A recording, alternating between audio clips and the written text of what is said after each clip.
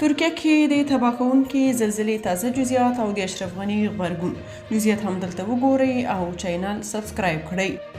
اردوغان وایي ترکیه کې د زلزلې له امله د وژل شوو شمېر 912 ته لوړ شو. د ترکیې ولسمشر رجب طیب اردوغان وایي د زلزلې له امله یوازې ترکیه کې تر دې د ملک تر لږه 1912 کسان وژل شوي دي. ښاغلي اردوغان زلزله کې د ژوبلو کسانو شمېر 5383 یاد کړی. نوموړي زیاته کړې چې د کرامرټوب له اټکل نشي کېدی ځکه لا هم په زلزله ځپلو سیمو کې د خلکو د ژغورنې او لټون هڅې روانې دي او ښایي شمېر له دې هم لوړ شي. ښاغلي اردوغان خبریالانو ته ویلي دا له 1939 کال راهیسې ترکیه کې تر ټولو لوی انساني ناورین دی چې شاوخوا 28,018 ودانۍ یې نړولې دي. بلخوا د سوریې حکومت وایي تر اوسه یاد هېواد کې 420 کسانو د وژل کېدو خبر راغلی.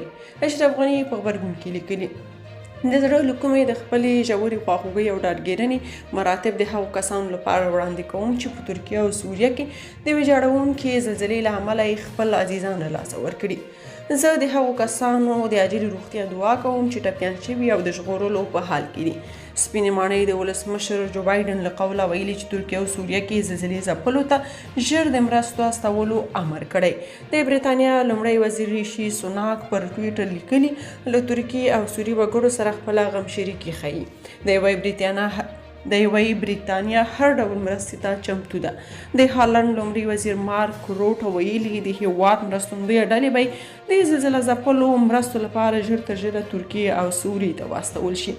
هغه په ټویټر یو پیغام کې د ترکیې له ولسمشر سره خپله غمشریکي اعلان کړي او ویلي دي موږ د دې سختې طبیعي بلا له ټولو قربانیانو سره یو.